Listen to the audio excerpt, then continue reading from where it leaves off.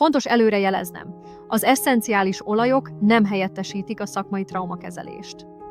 Az aromaterápia kiegészítő módszer lehet, ami támogathatja az érzelmi feldolgozást, de komolyabb traumák esetén mindenképpen szakember segítségét kell kérni.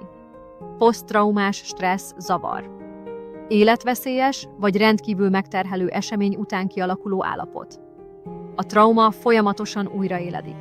Rémálmok, visszaemlékezések, túlzott éberség, állandó veszélyérzet, tömjén. Évezredek óta használják természetes gyógyulás ösztönzésére, jó választás traumás érzelmek kezelésére, segítheti az érzelmi feldolgozást.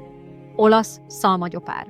Az egyik leggyakrabban ajánlott érzelmi regeneráló esszenciális olaj, különösen PTSD, régi traumák, sok érzelmi sérülések oldására. A múlt fájdalma valódi, de ne ez határozza meg a jövődet. Minden egyes nap, amikor lélegzel, gyógyulsz, visszaveszed az irányítást az életed felett.